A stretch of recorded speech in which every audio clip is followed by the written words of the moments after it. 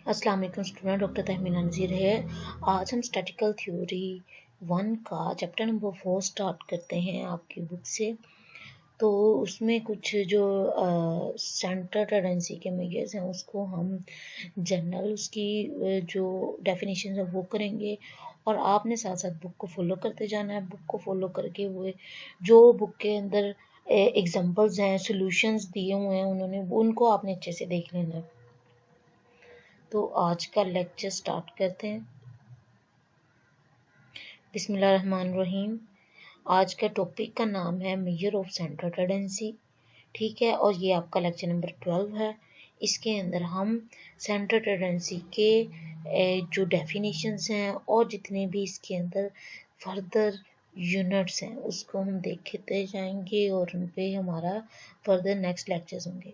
तो सबसे पहले इंट्रोडक्शन देखते हैं कि सेंटर टेंडेंसी होती क्या है। तो एक्चुअल में सेंटर से क्या मुराद है? सेंटर मतलब दरमियान वाला, मीन। तो जो सेंटर टेंडेंसी है वो बेसिकली ऐसा फिगर होता है, ऐसा मेजर होता है जिसके ऊपर बाकी सारे जो फैक्टर फिगर्स हैं वो रिलाई कर रहे होते हैं। According to Simpson and Kafka, a measure of center tendency is typical value around which other figures aggregate. ये ऐसी एक सेंट्रल वैल्यू होती है जिसके इर्द गिर्द बाकी जो वैल्यूज होती हैं वो होती हैं मौजूद, ठीक है। According to Croxton and Cowden, an average is a single value within the range of data that is used to represent all the value in series. तो क्रॉक्सटन और काउडन के अकॉर्डिंग सेंटर टेंडेंसी वो एक वैल्यू है जो पूरे data को present कर रही होती है। जैसे फर्ज करो मैं 1 to 40 स्टूडेंट का डाटा लूँ, और 40 में से जो 20th है, जो 20th स्टूडेंट है, 20वां जो बच्चा है, वो आपका जो ओवरऑल, अगर मैं पूरे बच्चों को 1 to 40 अरेंज कर दूं असेंडिंग ऑर्डर में, और जो 20th स्टूडेंट है उसको मैं ये कंसीडर कर लूँ कि 20th स्टूडेंट बाकी सब स्टूडेंट को रिप्रेजेंट कर रहा है, या उसकी जो 20th स्टूडेंट्स की जो फीचर्स हैं वो बाकी स्टूडेंट्स को के अकॉर्डिंग है, तो उसको मैं आपका कंसीडर कर लूँगी कि ये आपका रिप्रेजेंटेटिव है। तो इसका मतलब है कि जो सेंटर टेंडेंसी है वो ऐसी वैल्यू होती है जो पूरे डाटा को रिप्रेजेंट कर रही है। Since an average is somewhere with in the range of data, it is sometime called major of centre tendency. तो ये वो वैल्यू होती है जो आपकी डाटा के रेंज के अराउंड अबाउट घूम रही होती है, ठीक है। तो इसको बोलते हैं सेंट्रल वैल्यू। सेंट्रल वैल्यू मतलब दरमियान वाली वैल्यू, वो वैल्यू होती है जो इर्द गिर्द वाली वैल्यूज को रिप्रेजेंट कर रही होती है। तो आपके सेंटर टेंडेंसी के कुछ मेजर्स हैं। Measures of centre tendency, the following are the 5 measure of average और centre tendency that are in common use. तो सबसे पहले अरिथमेटिक एवरेज, इसको अरिथमेटिक मीन भी बोलते हैं और सिंपल मीन भी बोलते हैं। उसके बाद median, mod, geometric mean, harmonic mean और अरिथमेटिक मीन, ठीक है। तो ये जो वैल्यूज हैं ये सारी आपके सेंटर टेंडेंसी के मेजर्स हैं, ठीक है। सेंटर टेंडेंसी को हम मीडियन से भी मेजर कर सकते हैं, मोड से भी, ज्योमेट्रिक मीन से भी, हार्मोनिक मीन से भी, अरिथमेटिक एवरेज से भी, ठीक है। तो इसके बाद एक एमसीक्यू के पॉइंट से बड़ा इंपॉर्टेंट एक लाइन है, geometric mean and harmonic means are called mathematical averages. जो आपका हार्मोनिक मीन है ना, और ये जो ज्योमेट्रिक है, फोर्थ और फिफ्थ, इन दोनों को हम मैथमेटिकल एवरेजेस बोलते हैं, जबकि मोड, मीडियन और मोड को हम पोजीशनल एवरेज बोलते हैं, ठीक है, क्योंकि हम इसको पोजीशनल वाइज लोकेट करते हैं मीडियन और मोड को। जबकि ज्योमेट्रिक और हार्मोनिक मैथमेटिकली हम कैलकुलेट करते हैं, इसलिए इसकी वैल्यूज को हम मैथमेटिकल एवरेज बोलते हैं। तो सबसे पहले हम अरिथमेटिक मीन के बारे में पढ़ते हैं। अरिथमेटिक मीन होता क्या है?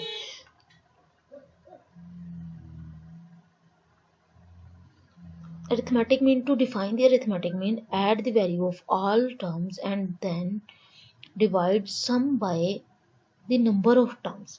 पहले हमने सारी वैल्यूज को जमा कर लेना है, ऐड कर लेना है। ऐड करने के बाद हमने उसकी पूरी वैल्यूज़ के नंबर पे इसको डिवाइड कर देना है, तो हमारे पास क्या आ जाएगा, अरिथमेटिक मीन।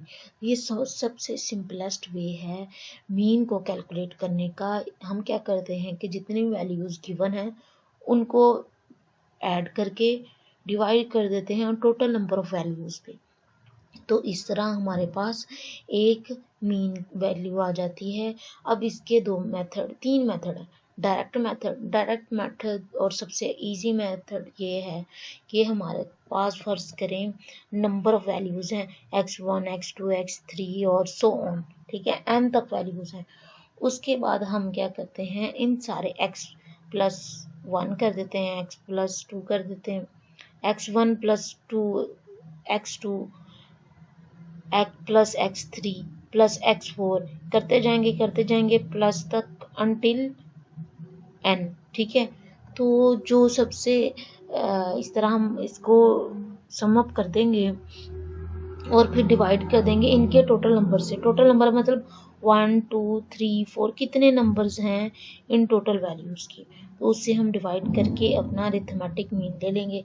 अब इसका शॉर्टकट मेथड भी है। शॉर्टकट मेथड क्या है, this method is used to make the calculation simpler.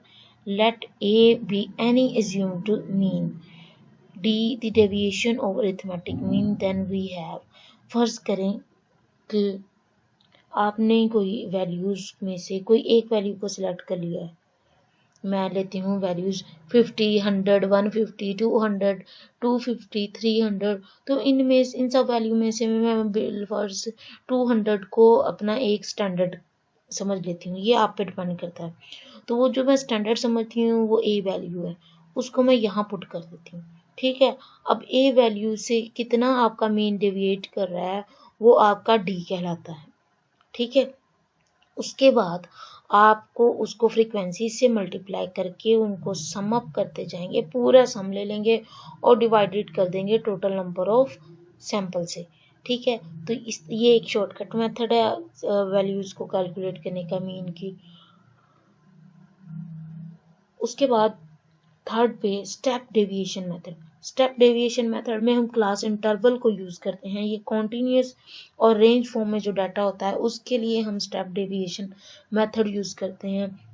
होता क्या है कि इसमें क्या है, मीन हम कैसे कैलकुलेट करते हैं, एक हमारे पास एस्टिमेटेड मीन है, प्लस कर देंगे हम अपने फ्रीक्वेंसी से और म्यू वैल्यू से। म्यू वैल्यू क्या है कि आपकी जो एक्स है उसका जो आपके ए से कितनी डेविएशन है, ठीक है। ये अभी आपको समझ आ जाती है एग्जांपल के साथ जब करेंगे।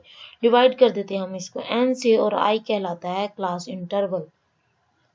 तो इधर आपको एक एग्जांपल दी हुई है जिसमें उन्होंने बोला है कि फर्ज करें ये क्लास है, ये फ्रीक्वेंसी है, इसका डाटा गिवन है, तो आप इसको डायरेक्ट और शॉर्टकट मेथड से कैलकुलेट करें।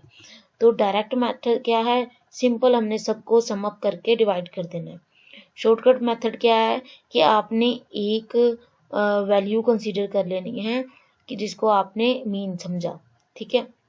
तो अब इसको कैलकुलेट करते हैं डायरेक्ट और शॉर्टकट मेथड से। डायरेक्ट मेथड क्या है कि हम जितनी भी जो वैल्यूज़ हैं उसको क्या कर दें, सम कर लें, ठीक है।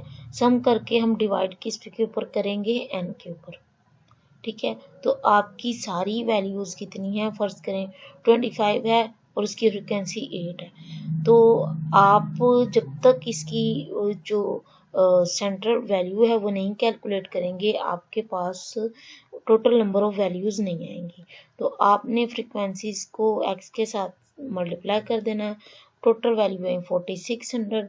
नंबर्स कितने हैं टोटल वैल्यूज़ के, 100, ठीक है।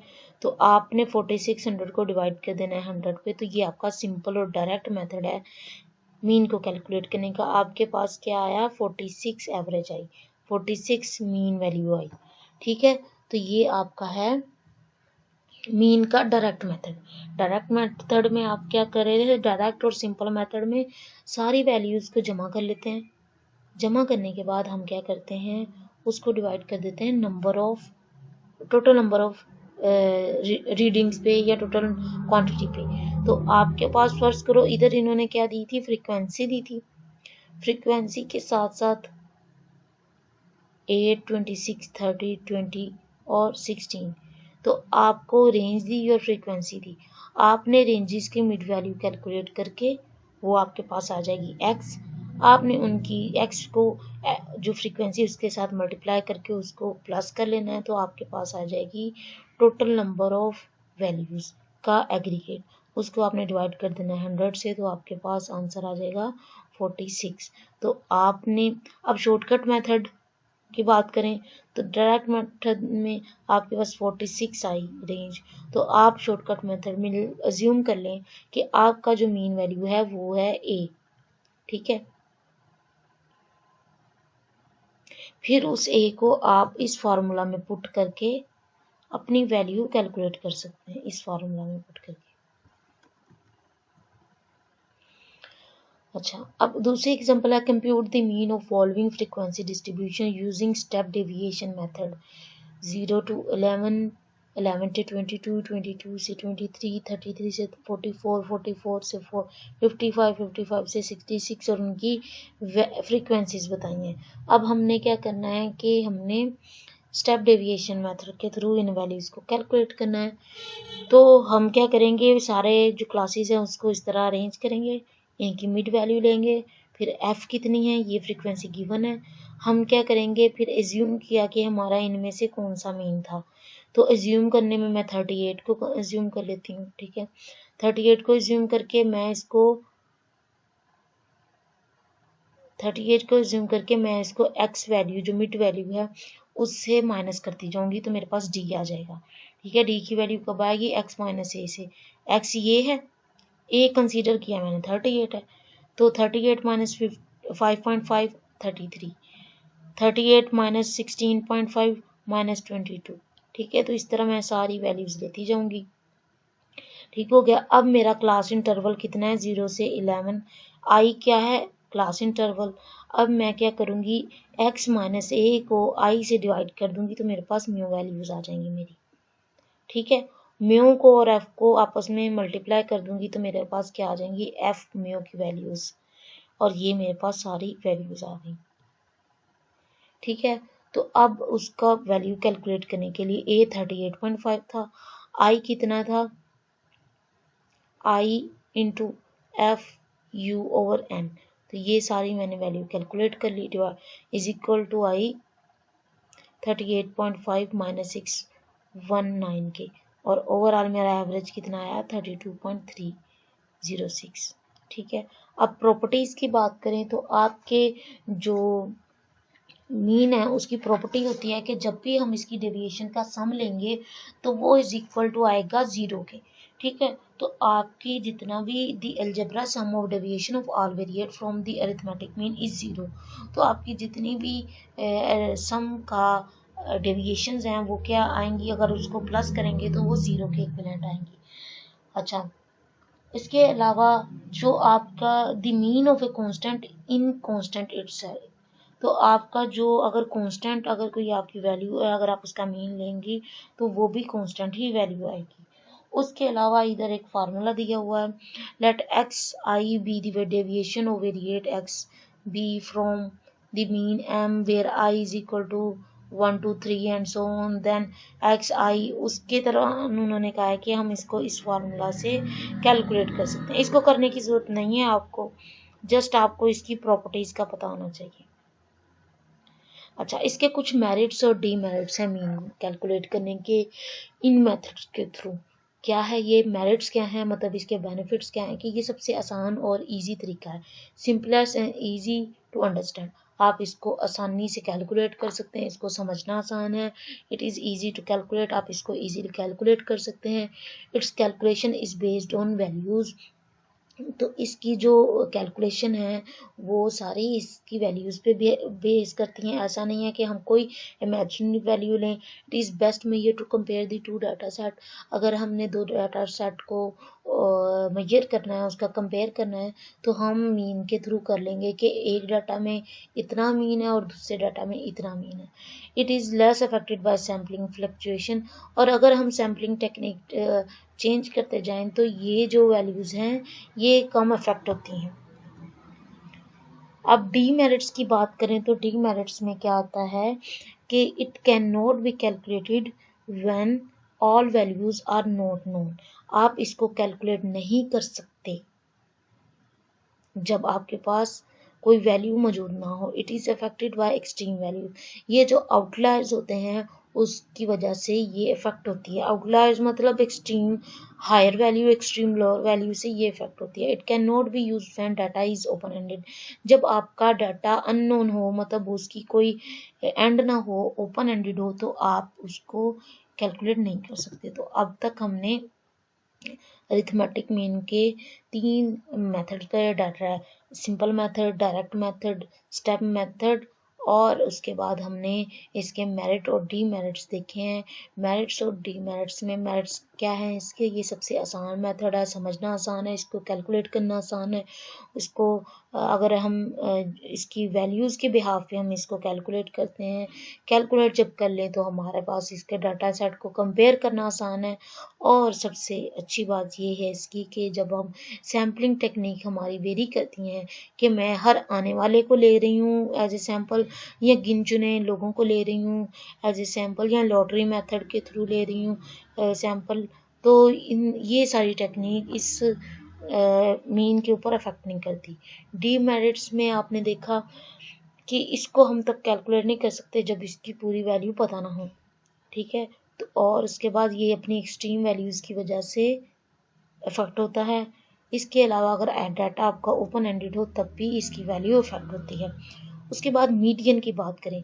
मीडियन क्या है? Median is defined as the measure of center term when the given term values of variate are arrange in ascending और descending order of magnitude.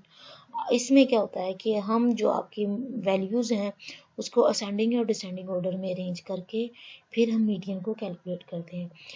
In other words, the median is the value of variate for which total of the frequency above this value is equal to the total of frequency below the value।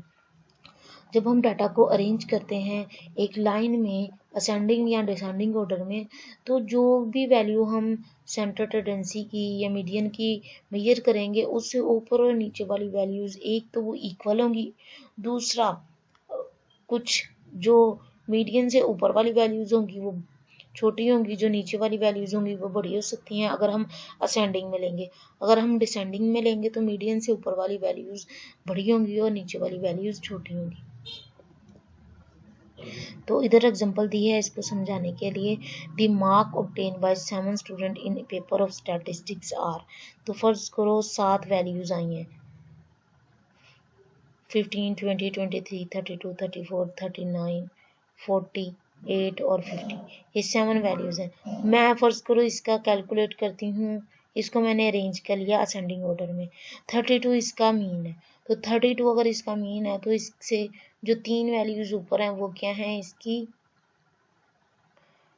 इससे छोटी हैं, और जो इससे ऊपर वाली values हैं वो क्या हैं, इससे बड़ी हैं, ठीक है। तो ये इधर बताया हुआ है। Then the median is 32 since it is the value of fourth term। ये fourth term है which is situated such that mark of first, second and third student are less। तो ये first, second और third student के marks कम हैं, जबकि जो आपका फिफ्थ, सिक्स, सेवन स्टूडेंट हैं उनके मार्क्स ज़्यादा हैं एवरेज से। अब हम अपने मीडियन को कैलकुलेट करते कैसे हैं। Median in individual series let n be the number of values of variate. First करो n नंबर ऑफ फ्रीक्वेंसीज हैं। First of all we write the value of variate the term in ascending और descending order. तो हम ascending और descending order में इसकी values लेते हैं। तो सबसे पहले फर्ज करो अगर ओड नंबर है तो ओड नंबर में क्या करेंगे, हम नंबर ऑफ वैल्यूज को +1 करेंगे, डिवाइड कर देंगे 2 से, तो हमारे पास क्या आ जाएगा, मीडियन आ जाएगा ऑड सिचुएशन के लिहाज से। अगर इवन नंबर्स हैं आपके n के सैंपल में, इवन नंबर है, ठीक है, ऑड क्या मतलब 9 है, इवन मतलब 10 है। तो अगर आपके पास इवन नंबर्स हैं तो उसको कैसे कैलकुलेट करना है कि हम क्या करते हैं, n+1 डिवाइडेड बाय 2, ठीक है। इसके अलावा हम क्या करते हैं, सेंटर टू वैल्यूज़ को लेते हैं, ठीक है। सेंटर टू वैल्यूज को लेके फिर उसके बाद हम उसका ये मीन कैलकुलेट करते हैं। तो इसका एक और मेथड है कि अगर हम इसका मीडियन और कॉन्टिन्यूस सीरीज के लिहाज से देखें तो मीडियन के लिहाज से हम इसको capital I median is equal to capital I plus n by 2 minus cumulative frequency divided by frequency into class interval I। ठीक है, तो इसमें क्या है, MD मीडियन है, I lower limit of median class है, CF क्या है, total of all frequency before median class. ठीक है, F क्या है, फ्रीक्वेंसीज ऑफ मीडियन क्लास, और I क्या है, class width of median class. ठीक है, ये वाली क्लास विड्थ है, रेंज इंटरवल है। अब इधर एक एग्जांपल दी हुई है, एग्जांपल में उन्होंने कहा है कि 10 शहरों का 1991 में मर्दमशुमारी के थ्रू हमने डाटा कलेक्ट किया। ठीक है, अब जो डाटा कलेक्ट किया उसकी ये वैल्यूज आई हैं 10। तो हमने सबसे पहले देखना है कि इस डाटा को हमने अरेंज करना है। अरेंज किससे करना है कि सबसे असेंडिंग ऑर्डर में सबसे पहले कम वैल्यू को रखना है, 488 सबसे कम वैल्यू है, और एंड पे सबसे हाईएस्ट वैल्यू को रखना है 2100। ठीक है, 488, 570, 650, 700, 1250, 1400, 1670, 1800 और 2100 हमने क्या किया, ये वैल्यूज को असेंडिंग ऑर्डर में अरेंज कर लिया। तो यहाँ पे हमारे पास टोटल नंबर कितना है, n का 10, क्योंकि 10 वैल्यूज है ना।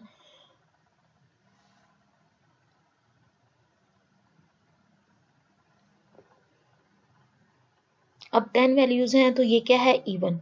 अब हम सेंट्रल 2 वैल्यूज लेंगे। सेंट्रल 2 वैल्यूज क्या बनेंगी, 1 2 3 4 5 और 6। फिफ्थ और 6 वैल्यूज क्या बनेगी, हमारी सेंट्रल वैल्यू।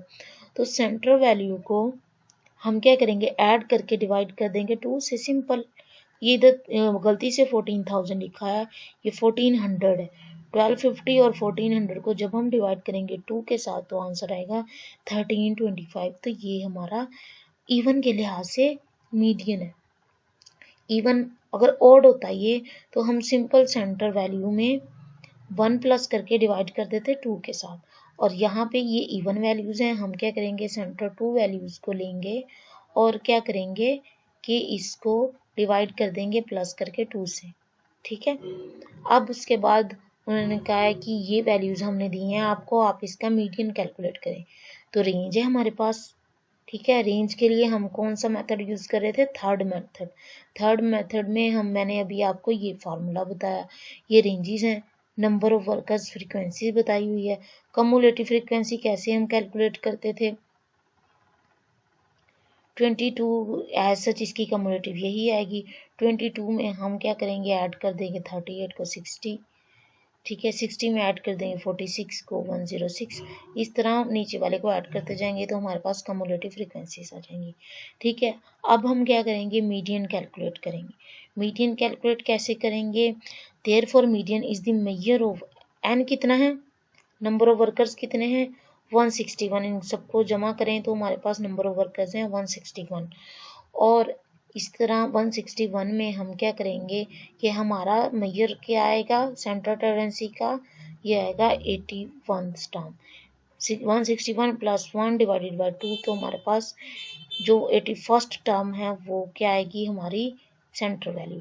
और जो 81st है वो किसके दौरान किस में लाई कर रही है, आपकी 20 से 30 वाली रेंज में। ये देखिए, ठीक है, 20 से 30 वाली रेंज में लाई कर रही है। तो हमारी लिमिट क्या, आई क्या होगा इसमें, क्लास इंटरवल क्या होगा 10। ठीक है, अपर और लो, अगर आई क्या था लोअर लिमिट थी तो ये क्या आएगी 20।